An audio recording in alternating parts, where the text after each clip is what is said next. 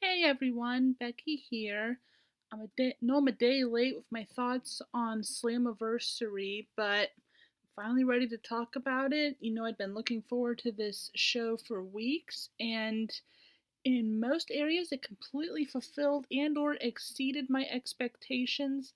And since I have a lot to talk about, let's get started. First, let's talk about the fact that the Knockouts Tag Team Championship match was relegated to the pre show for Slammiversary. I am so disappointed that this was the case, not least because I almost missed this match entirely because I did not know it would be on the pre show. I didn't know that there was a pre show. So unfortunately, I can't say too much about this match because I only saw the last 5 minutes of it.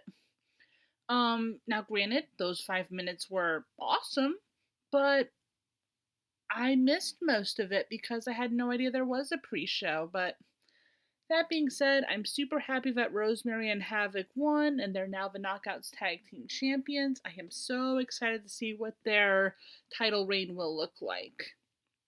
Moving on to the show itself, we started things off with Ultimate X. And as I'd hoped, Ultimate X was a lot of fun to watch. One thing that surprised me though, I was not expecting Rohit Raju to play the comedy card in this match.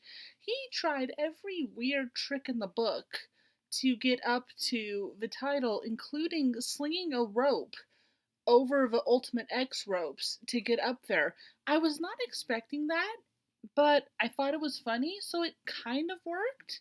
Although it did seem out of left field for me, but hey, it's Ultimate X. Weird things can happen. And I feel like it was right for Josh Alexander to retain in the end, so it all worked out.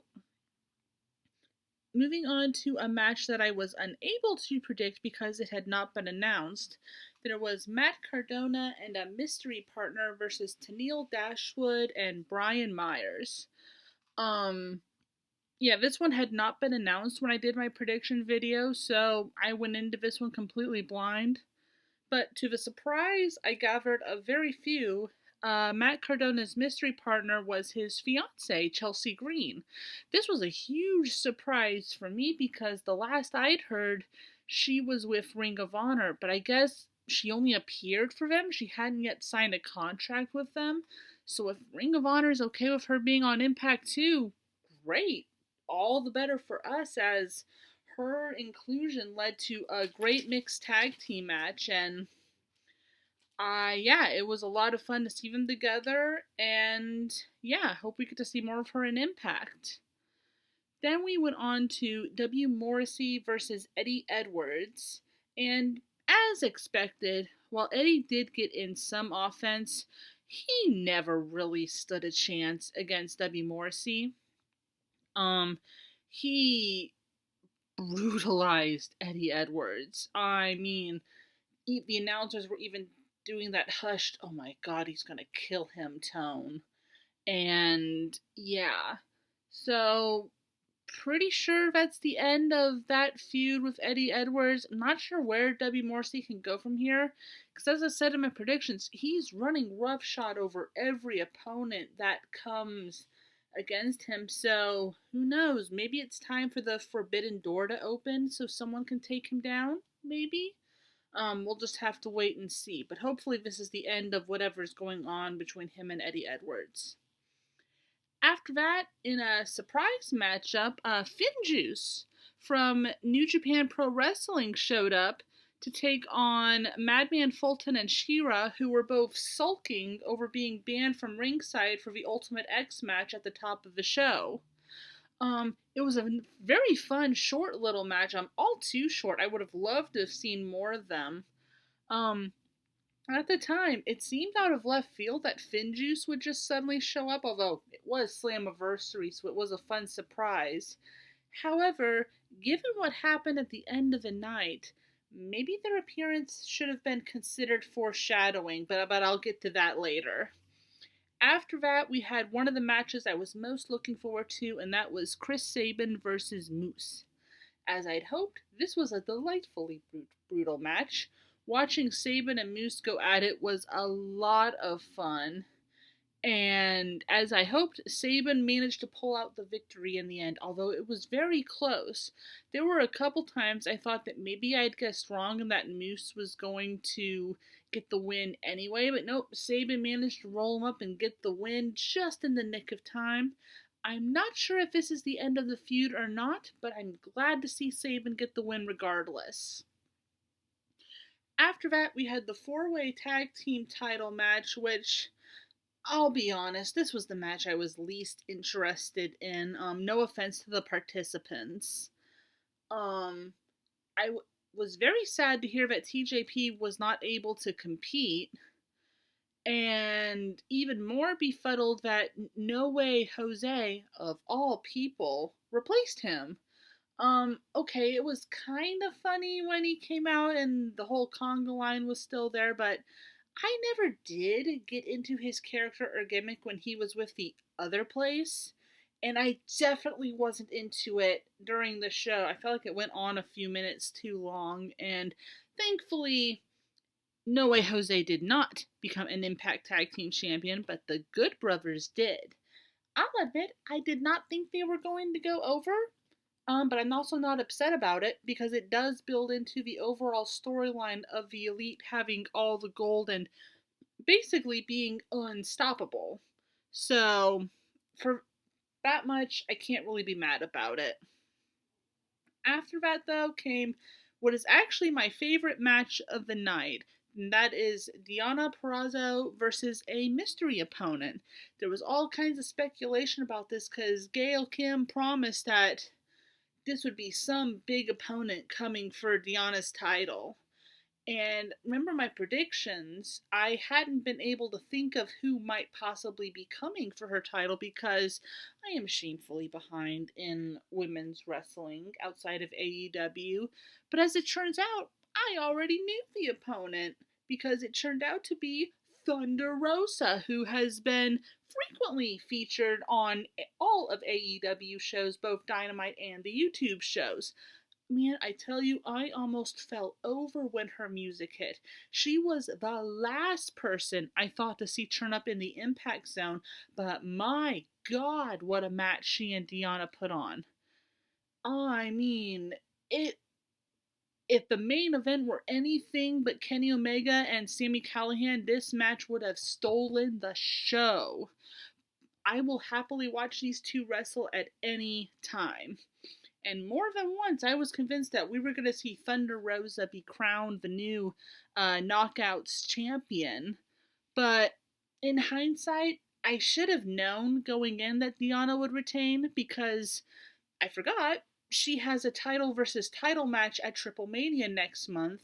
And it wouldn't have made any sense for her to lose the title to Thunder Rosa, even though Thunder Rosa is more than deserving to be champion of any promotion she wrestles for. That being said, I hope that after Triple Mania, I hope Thunder Rosa comes back and wrestles some more. She's free to wrestle anybody there because she's that good. And yeah, this was favorite match of the night outside of the main event. And then after the match, it got better because after the match, Mickie James showed up. I was so happy to see her. Mickie's one of my favorite wrestlers, and yeah, it was great to see her again. She was actually there to invite Dianna to the upcoming NWA Empower event, but instead Dianna, in typical heel fashion, mouthed off to Mickie, and so Mickie slapped her good to remind her that she is in fact a legend and you do not speak to her that way. I can definitely tell things are just getting started between those two. And hopefully this is the start of a build that will lead to a match between Mickie James and Dianna Perazzo. I would watch the heck out of a match like that. And then came the match that I waited all night to watch, that being the main event, Kenny Omega versus Sami Callihan. You know, in my predictions, I was convinced that Sammy would be going over, and so I was all attention as this match got started. And most of this main event met or exceeded all of my expectations. As a no DQ match, there were weapons, there was blood, there was much violence, and as I'd suspected and hoped, Kenny Omega spent the bulk of this match getting the absolute crap knocked out of him. Seriously, there are some major cringe inducing spots in this match, including two rather bloody incidents with a pizza cutter and a fork, respectively. I'll leave how they were used to your imagination if you don't already know.